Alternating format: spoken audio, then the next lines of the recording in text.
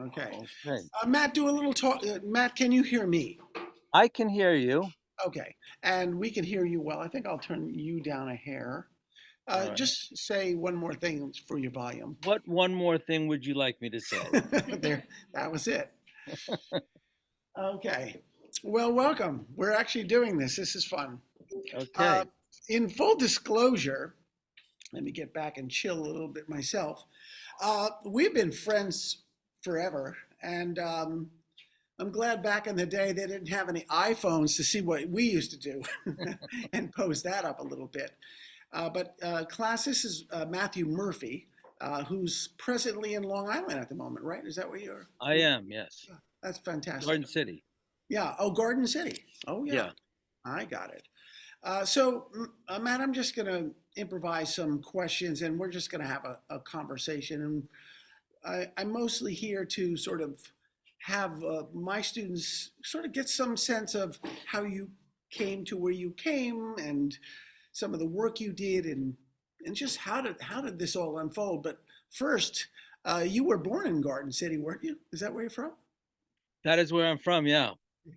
I grew up here Yeah. and moved into Manhattan when I was hanging out with you. I met you for lived there for 40 years.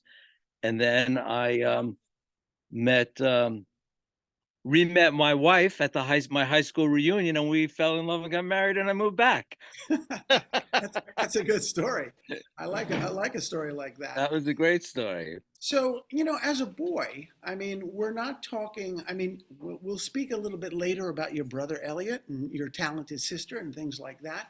But as a boy, did you have any interest in music or learning a musical instrument, or did you study any music?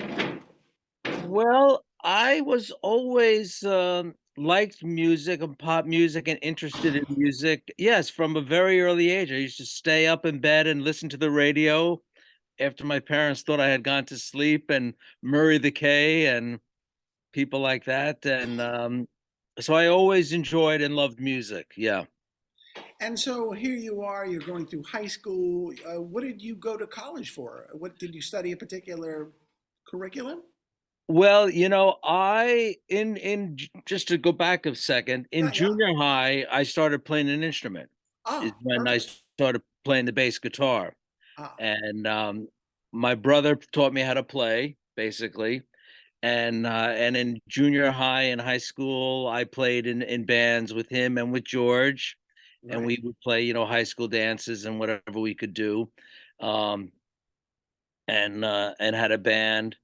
And so I always loved music. And then as I grew up in New York in high school, and just I would go to the Fillmore East Right. um, almost every weekend and saw just the most incredible live music. The Hendrix, Jimi Hendrix, the Cream, Eric Clapton, and just experienced all that fantastic music from the '60s and '70s. And so I always loved music, and I always loved pop culture. Right. And I just have a recall looking your brother and George and yourself with very long hair. I did. I, Exactly. Back that's in the kind of day. like, Yeah. And so, as you're moving through the Fillmore East and you're living in New York, what are you doing to make money? well, I lived at home. And I when I was going to high school, I had a job. I worked in the chicken place, the local Right. barbecue place in town, just normal what suburban kids did back then, Yeah. Yeah. and make pocket money, construction work.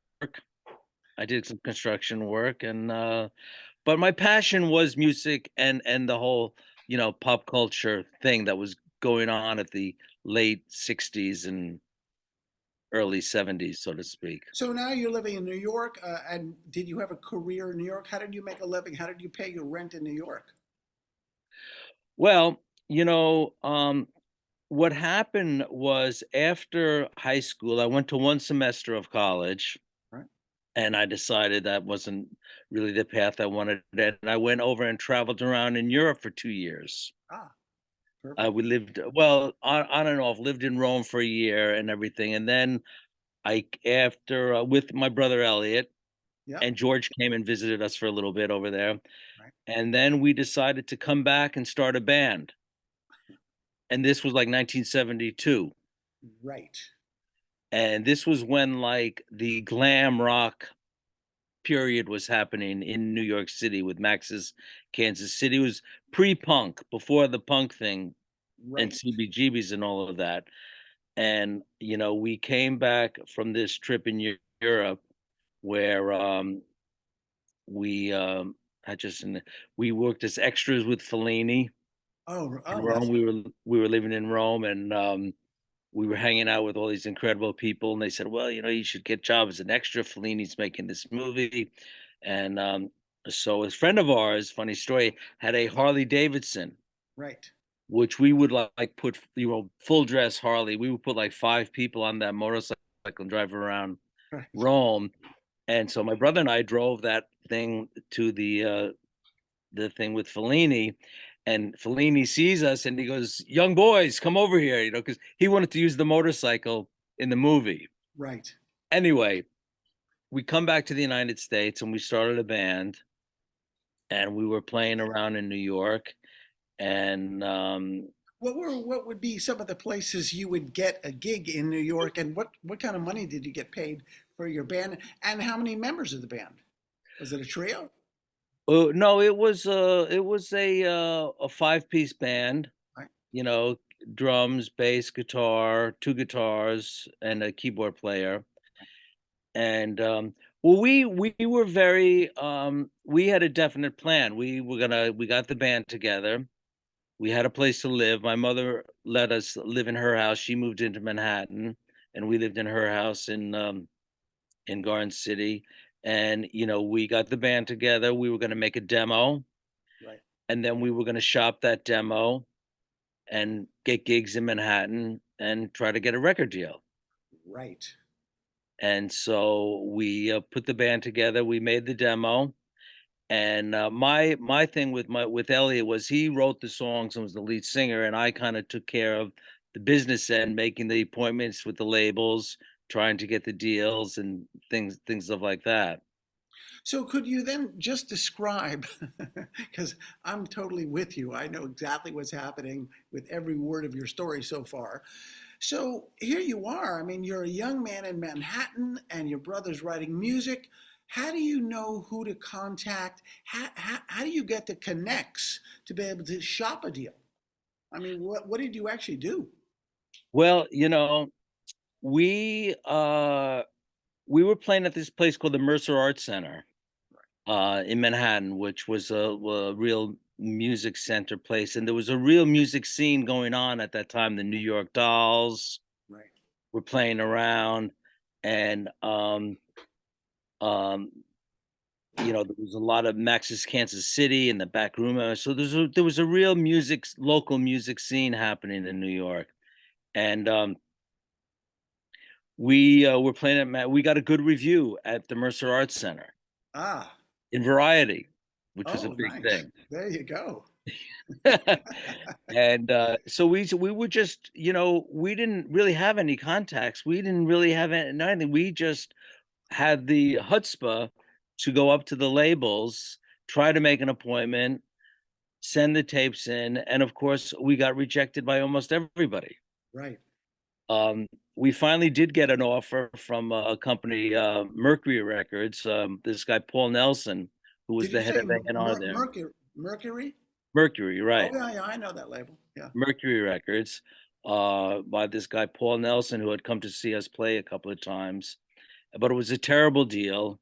Yeah. Money was terrible, and we didn't really want that, but it was the only deal we had. And one day, Elliot and I were, had a few appointments in the city, and I said to Elliot, I said, we were on 54th and Broadway, and I said, Elliot, Polydor Records is right here. Let's go up and see if we can see somebody there, just on the street. Just so let's do it. So we go up there. We go into the receptionist. We looked good too. We both had hair down to Yeah, here, yeah, and no, I know all the our look. Yeah. all our clothes from Europe and everything. So we had a vibe. And we go into the receptionist. We say, we have a demo tape we'd like to play for somebody. And she says, well, let me go see if I can get Shelley Snow. Right. And so Shelley comes out, who is the assistant to the head of A&R. She takes us into the back room, um, and plays our tape. And she goes, wow, this is really good. Let me go get Peter, who was the head of A&R. Right. And Peter comes in and listens to a couple of the songs, and he goes, wow, okay, I'd like to hear you live. Can you come in, get your band together and come in and play for me? Uh, we said, yeah. He said, okay, I'll book some time at Carol's Music, which Right. was like the rehearsal place back then. Right. Right. And we said, okay, great. We're like shaking in our boots. And the next day we go in with the band, and we set up in this studio. Mhm. Peter and Shelley come in, the empty room. They just sit there and say, okay, play us some songs. And we play them some songs. And after the thing, they said, okay, why don't you and Elliot come back to the office and let's talk. Right. We go back to the office, and he says, okay, let's make a record deal. Just like that. I know. So, but now it was Polydor. Polydor, yeah, major level label. This is this is as good as it gets. I mean, especially at this time. Uh, they want to know how to spell it. Polydor, Pol. Pollydor. Exactly. Yeah, Polydor Records. Yeah. And now here you are. I want to make a record, but now some paper has to fly, meaning that this is going to be your contract. You have no experience. Elliot has no experience. George Gates has no experience. Nobody has any experience on sort of what to do and what to read. How did you manage or create the confidence to know that you were getting into something pretty good? Well, Peter gave us a list of like a half a dozen attorneys Oh, okay. in Manhattan. Right. Some small, some very big firms. They handle the Rolling Stones and everything, and blah blah blah blah. And so we would just called them up and said, we've got to offer for a record deal. We want to meet with whoever the attorney was, to talk about representing us. Right. And so we went up and made these appointments and met with a half a dozen attorneys and picked one, and had meetings with him. He kind of guided us through the experience as well a little bit. Of Right. Yeah. Yeah. course, looking back, it was a terrible deal, and he didn't really represent us very well. Really. But anyway, we went and we made a deal Yeah. with Polydor. And so now you have like dry ink, you have some paper, Okay, you have a band. I'm 21 years old here. Yeah, which is like a couple of these guys, Yeah. is this is kind of what we're doing. I mean, that's why these early stories really matter. So now you have a deal, and we won't get into the deal or the logistics of that, but you have some original songs. Now, are you meeting with A&R? Is there now a shaping for this record, and all the steps that it takes, with photographs and so forth, and talking to radio and all that. How did that work for you at that time? Well, Peter Siegel, who signed us and who was the head of A&R there at Polydor, um, it all happened very, very quickly. Yeah. This were like we made the demo in like November of 73, I think this was, and or 72, and we were had this deal by March of the Right. next year. Right. So Right. it happened very quickly. Um, and So Peter, there was this guy, I don't, Tommy K was the producer's name, and he had just had kind of a semi-hit record called "Dead Skunk in the Road," in the Okay. middle of the road, kind of a country Yeah. New Orleansy kind of thing. And he had worked with Dr. John. Anyway, Peter Siegel said this guy would be a great producer for you. He's in town. Um, you know, can you bring your band in and audition for him? So we went in, same thing, went to Carol's and played for him. And he wanted to produce us. Peter Siegel wanted to do it, so, "Okay, great, let's do it."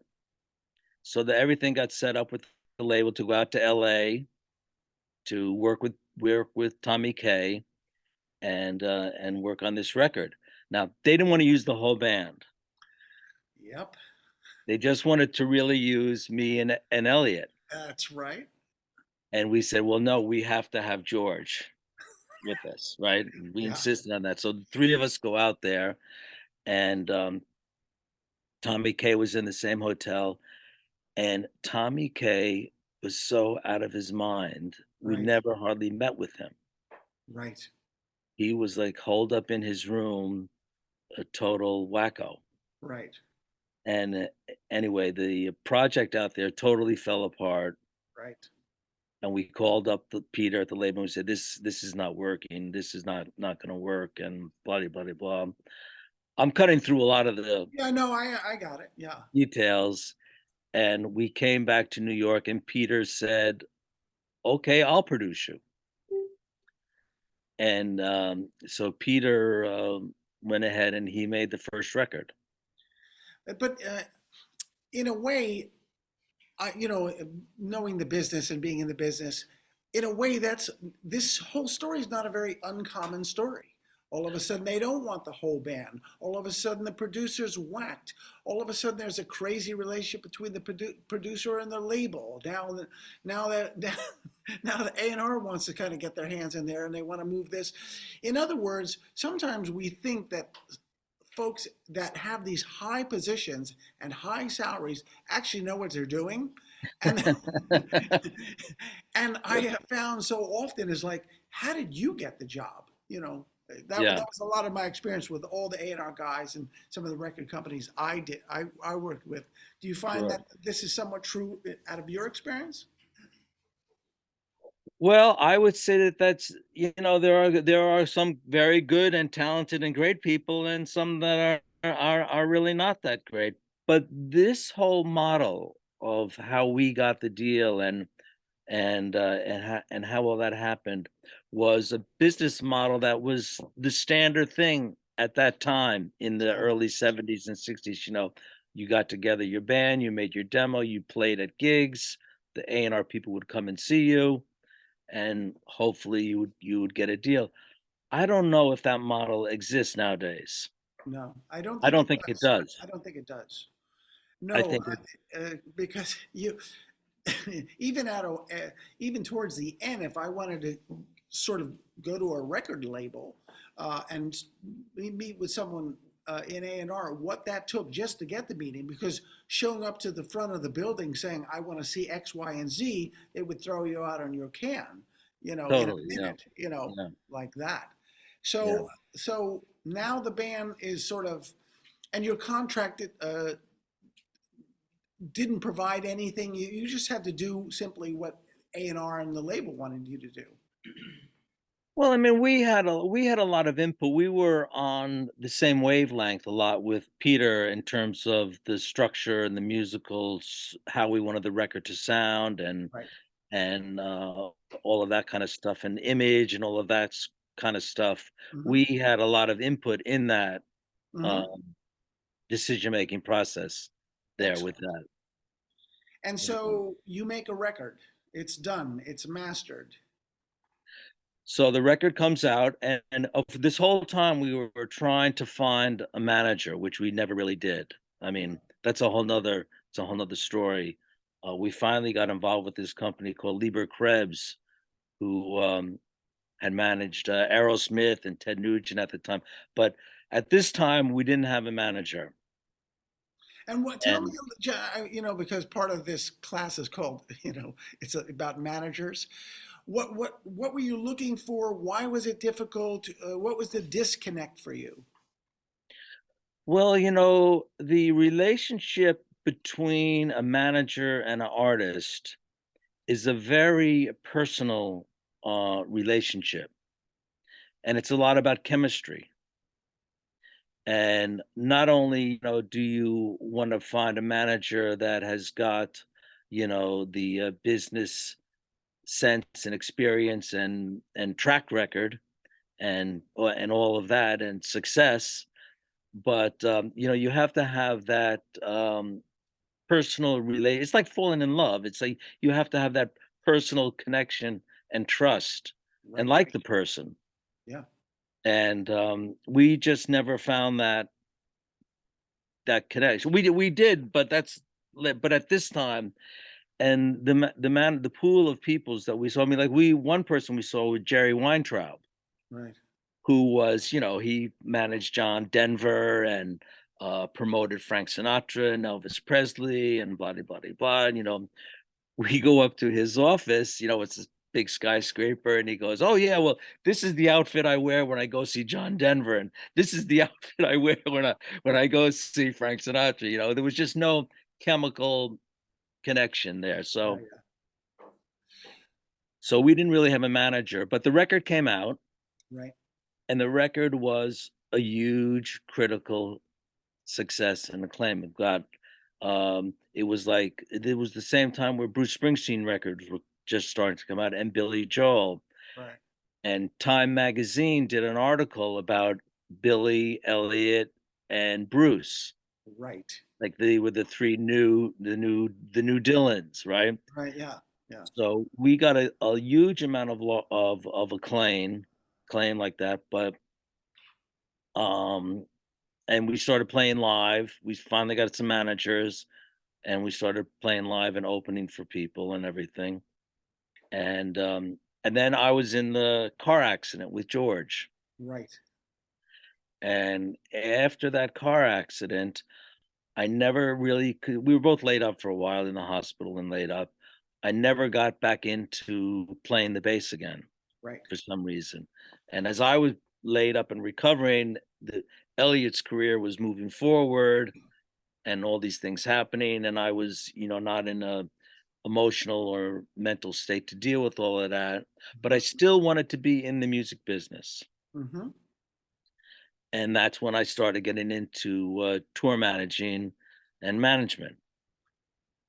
So there, I see the moment. There is a moment. In a sense, it has a crash to it, and now you're saying, okay, from the very beginning, seeing Jimi Hendrix and playing the bass guitar and really being a part of the world as a musician, you now have to sort of contort to be able to find your way to be in this world and be successful and still have all the joy as any live musician might do.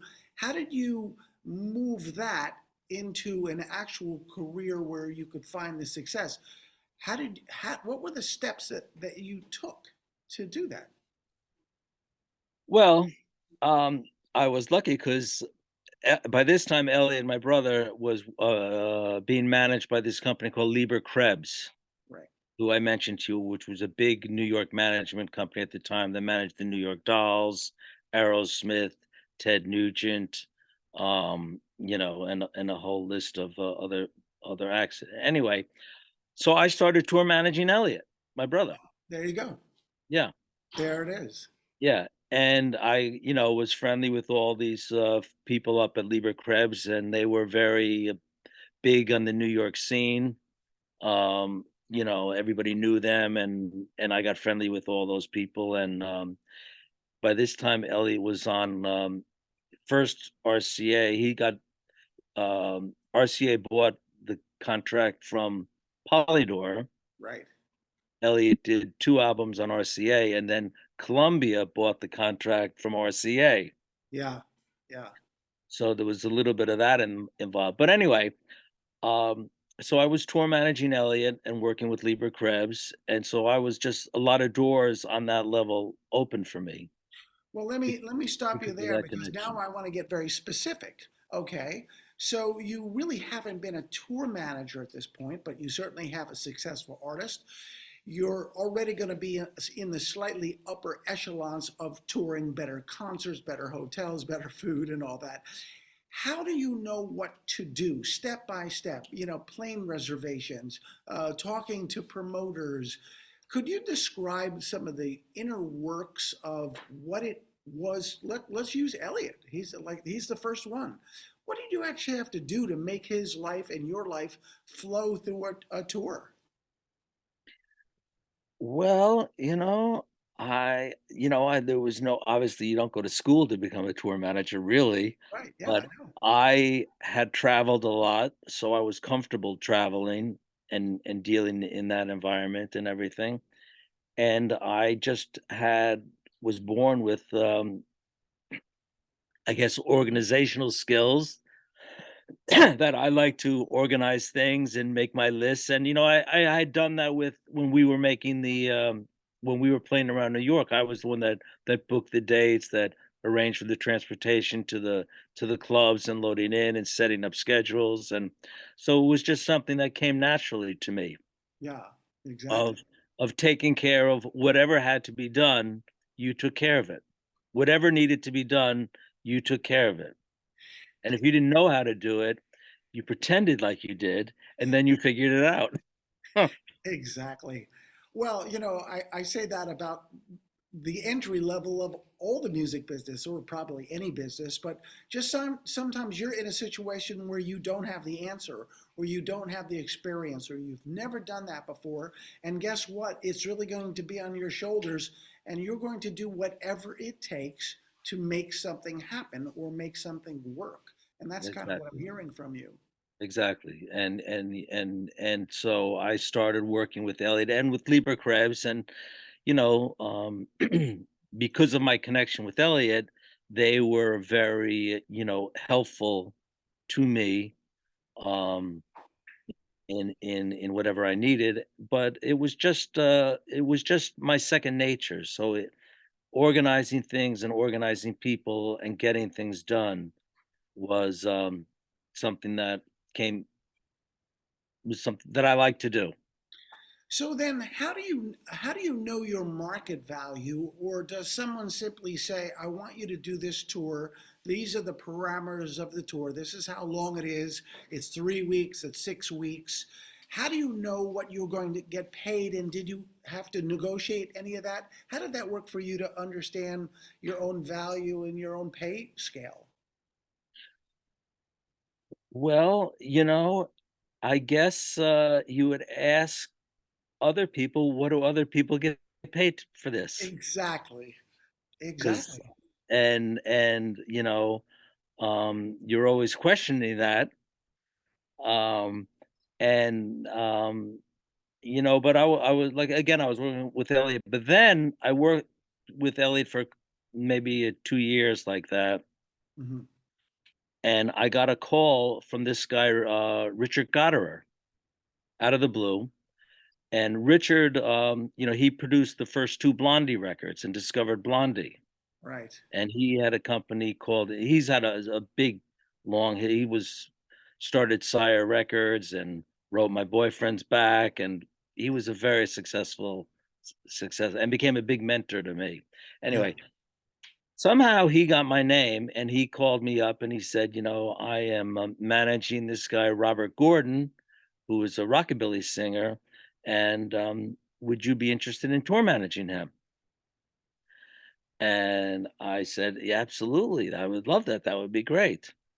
And so, I met with him and I met with Robert and we all got along and everything. And so I started working with him. And then after the tour was done, Richard offered me a full time job with him Ah, as like his assistant.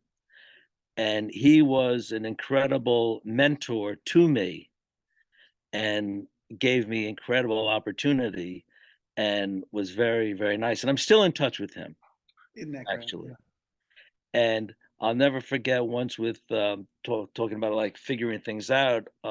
We were organizing the first European tour for Robert Gordon, who was very hot at the time, right? Right. Yeah. And so Richard says to me, "Well, I want you to go over to London and meet with these people and set up this tour for." No, I had never done that before, Right. and I said, "Okay, yeah, great, let's go." And he sent me over to Europe, to meet with the people in Germany and London and everything to set up this Robert Gordon tour, which I had never done before, but I figured it out. Yeah.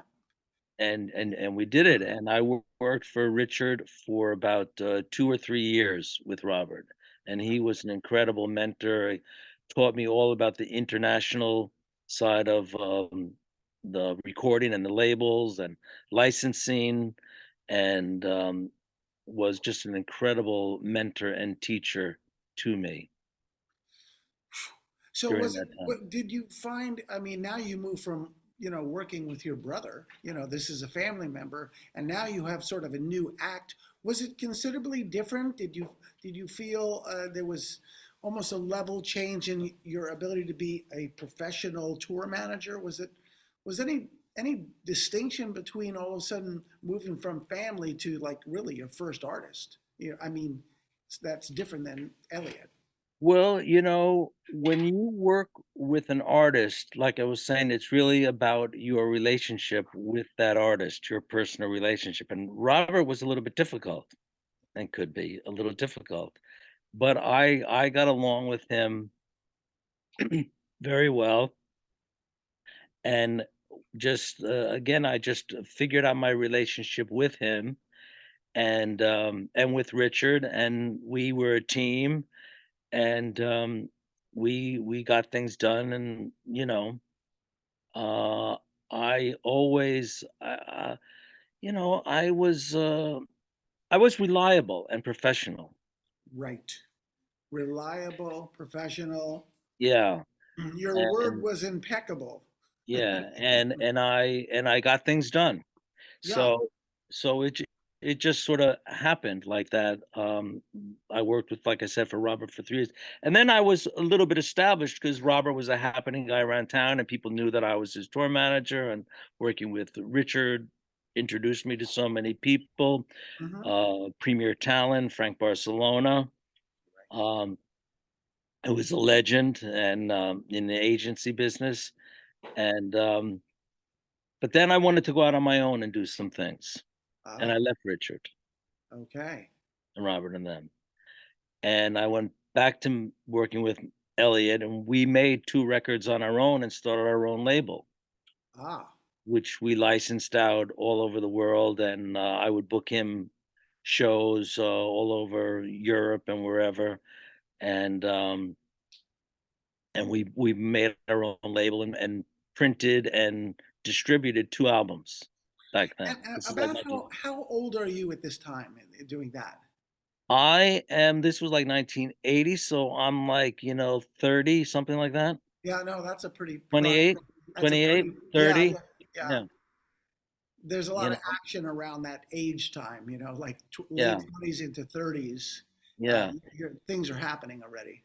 And there was an incredible music scene happening in New York and around all the indie stuff and everything. So it was a very exciting time for music, the alternative music and everything. But I wasn't making enough money. Right, And so this friend of mine, this who had worked with the B-52s, called me up and said, Matthew, would you want to work for the B-52s? And I didn't really know who they were at the time, that much about them. yeah. Gary Kurfürst was their manager. That's my and so I said, of course, yeah, let's go. I'd love to work. And I went up and I met with the band, and I met with the manager, Gary Kurfürst, who turned out to be he managed the Talking Heads, the B-52s, the Eurythmics, and I kind of became his guy Right. for 5 years and worked with him and all his artists. So you were working with the Talking Heads, Eurythmics. You were working as a tour manager, and Yeah, yeah. with that the scope of his artists. Right, well, those were the biggest acts in the world at the Oh, I time. know, I know. I was there. I Yeah, was at some of those concerts with you. You got me in. yeah. So I got in with Gary, and, the music business back then, and it's probably this way, it's like circles of connections and influence. Right, And you get in with a circle of people, whether it be agency, label, management, people that work together. Um, and a lot. So I got to know all of Gary's circle of influence with all those bands, the Premier Talent, Frank Barcelona, as I mentioned before, and Reprise Records and Sire Records, Seymour Stein, and the different promoters and everything.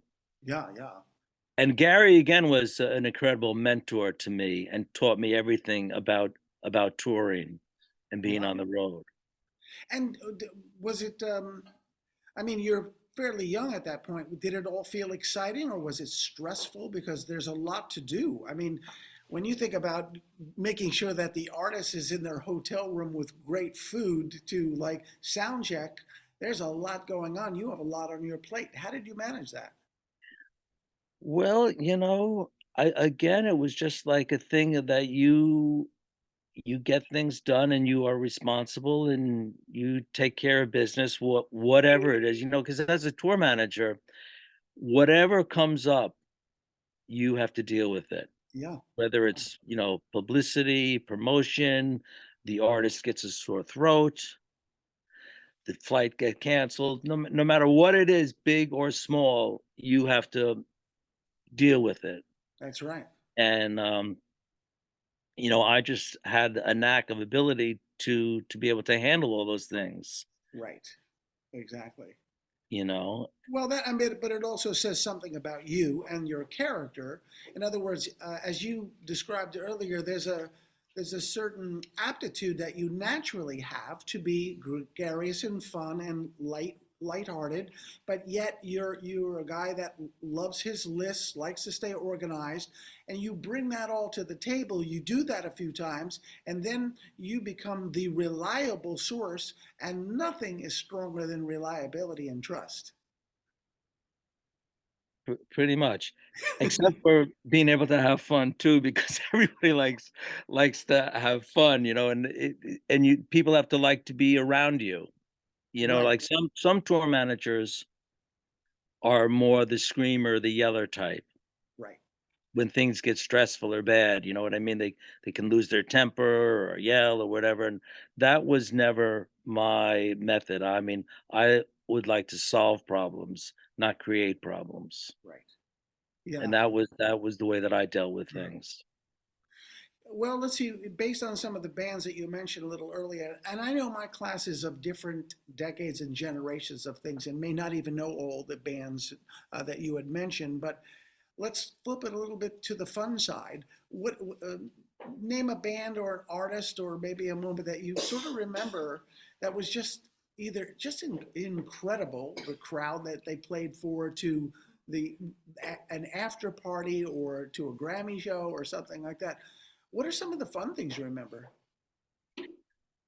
Well, I've been very fortunate. I've worked with so many incredible, great artists.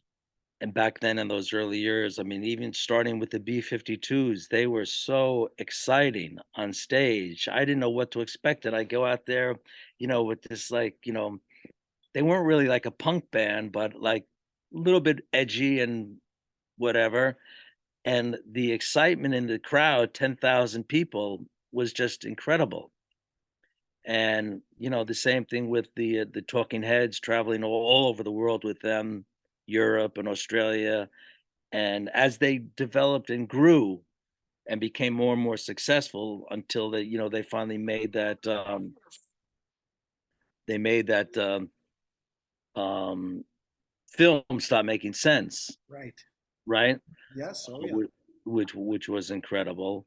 Um, and the Eurythmics, the same thing. I mean, the power of Annie Lennox and Dave Stewart together on stage, and when they walked into a hotel lobby, you knew that you were there with, you know, some rock stars were there, Royalty. royalty. But we were doing the Grammys once with Annie Lennox, right? Right. And John Denver was the host of the Grammys. And Annie was going there dressed as Elvis Presley because she wanted to surprise everybody, right? Hmm. So we were a little late leaving, and I'm like, oh God, nervous. I'm in the back of the limo. We're late. We're sitting in traffic, getting to the Grammys. And I look over, and there's a little Porsche, and there's John Denver, who was the host of the Grammys, Right. in the Porsche driving himself, like primping his hair as he's driving there. And I said, "Don't worry, we're not gonna be late. We're all right," you know, so Yeah, exactly. Wow. little things like that. But those were some, incredible, exciting years with those 3 artists. I mean, like, and I would literally go from one to the next to the next, Right. hardly even going home sometimes. I mean, with Eurythmics, we were on the road once for a year straight almost, and I moved to London and stayed in London with them and everything, and it was pretty wild. But then you sort of changed tone a little bit. You're working with Patti Smith, and that how is that changing? Because music is changing, the industry is changing, personalities are changing. Now things are shifting. Talk about the transition a little bit into some of the next artists in the next few years ahead. Well, after, the Talking Heads made stopped making sense and they weren't gonna tour anymore, and the, Eurythmics were not touring, and I approached Gary to take on some more artists, and partners with him on them, and that he wasn't interested in that, so then I really went out as a freelance tour manager Right.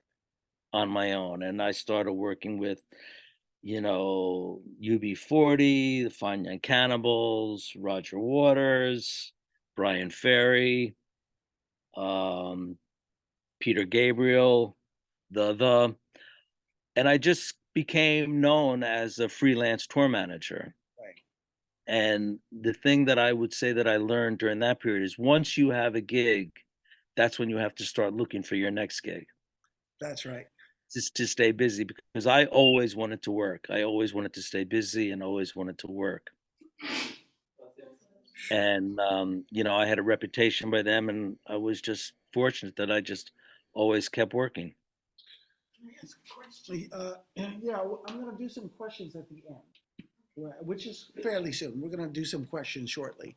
Now, um, well, maybe fill in the gap, because I'm looking at the time and things like that. Maybe fill in the gap of that freelance Matt Murphy, and what brought you to where you are today. Well, as a freelance tour manager, you would work with different artists for whether it would be 6 months or a year as they were touring and project. I mean, I worked with Blondie for like almost 8 years on and off, back and forth as they were touring. And but it's funny how now I work with Steve Martin, Right. who I've been with for 13 years now, which is a long time. Oh yeah. um, and as a freelance thing, you just you get, like I said, you get you're known within the industry. And at the time I was working with the group Incubus Right. before I worked with Steve, right? Right. And Incubus was with William Morris, WME at the time, and and Steve's agent, Mark Geiger, who was a incredible, legendary rock agent and everything, calls me up and said, "Would you be interested in working with Steve Martin?" And I said, "Oh, okay, you kidding? Absolutely." And so Steve, he says, "Well, somebody will get in touch with you in the next day or so." And and I was, things were fantastic working with Incubus, which is another incredible, great group. Um, and Steve Martin calls me up. Mhm. And of course, I'm in the hotel room and, "Hi, this is Steve Martin." You recognize his voice Yeah. immediately. And I'm Right. there like, "Oh my God, it's Steve on the phone." And he talked to me about what he wanted to do. He, wanted to do a bluegrass Right. tour, bluegrass band. And I said, "Well, Steve, don't worry about it. I'll take care of everything. You don't have to worry about anything. And we'll have a great time." There you And I just hit it off with him personally, like, we just got along, I've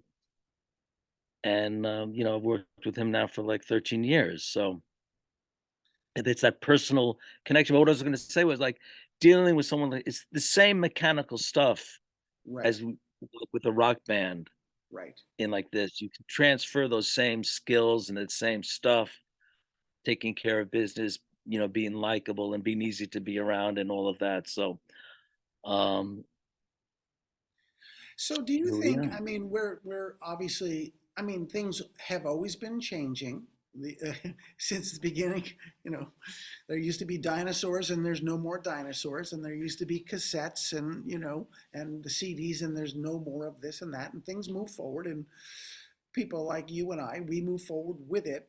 But when you think about now these younger generations that are sitting behind me, um, because I don't quite have the answer to this yet, about, you know, how do you find your way in the industry and work in those circles as you described? And that's what they are. They're circles of influence where everyone has this ability to move you forward and, um, partake in your expertise.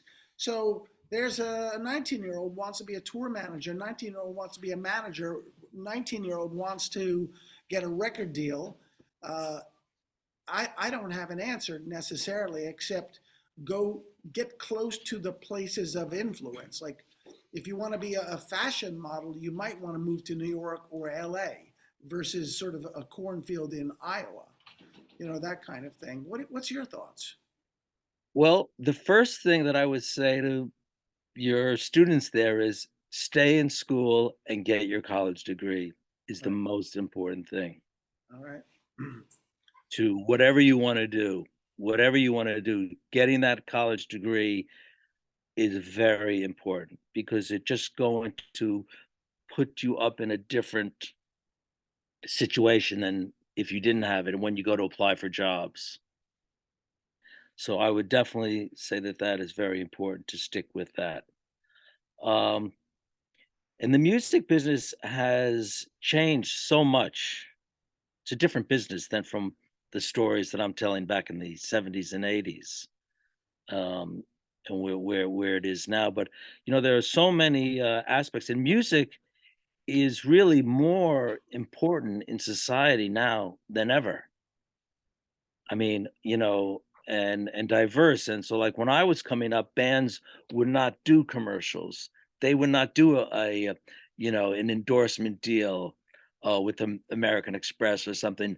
Nowadays, everybody does that. And so the music business has changed so much, and the whole thing with the record business, because nobody really buys records or CDs anymore. Everything is streaming.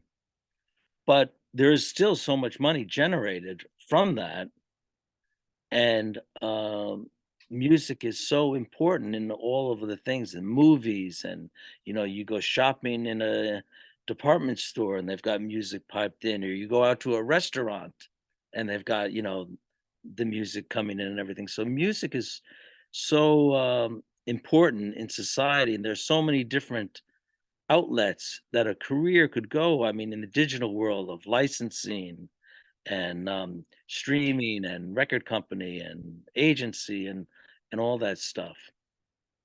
Are record companies really signing anybody these days?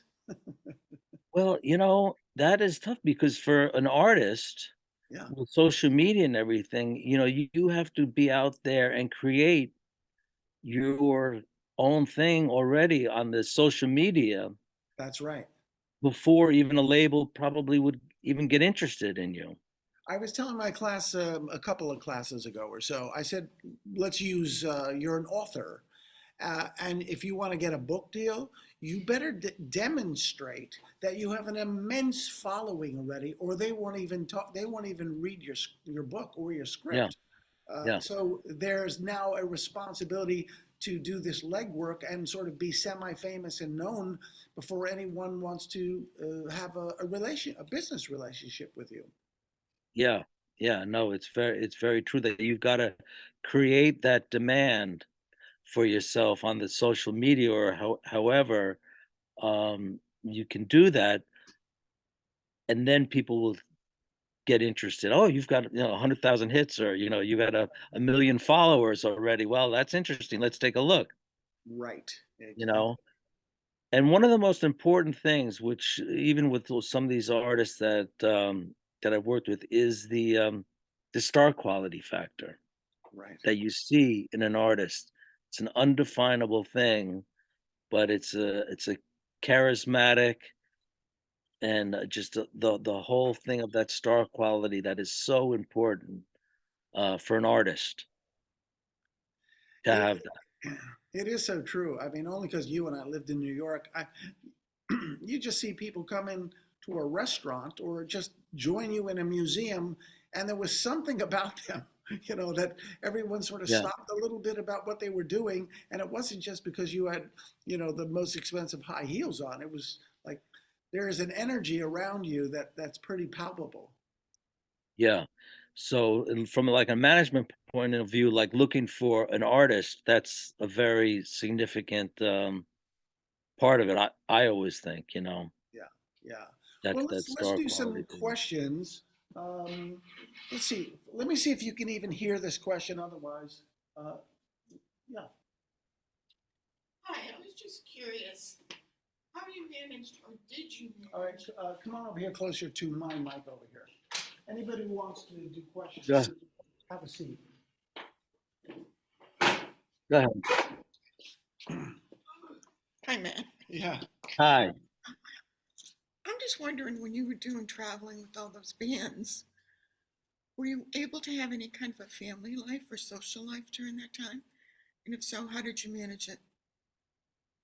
Well, I got married later in life, and I have one daughter.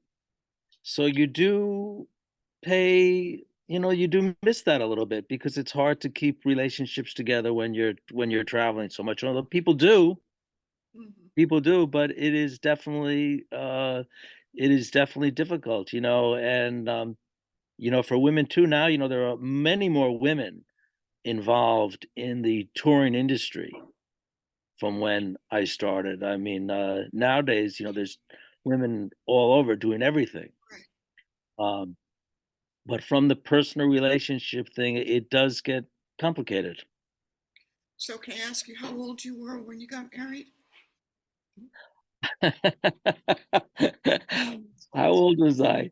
I think that I was like 42, maybe Well, it's not 41. that old. No, no. And I have a fantastic daughter, one daughter, and it's great. It sounds like you've had a great life. Oh, Thank yeah. you for sharing with us. Question, Okay. anyone? I think are we a little. Yeah. No. Yes. No. I guess no. All right. My kids are shy, and they probably heard a lot of what they would have asked because you were so thorough in what you did. So at this time, standing ovation.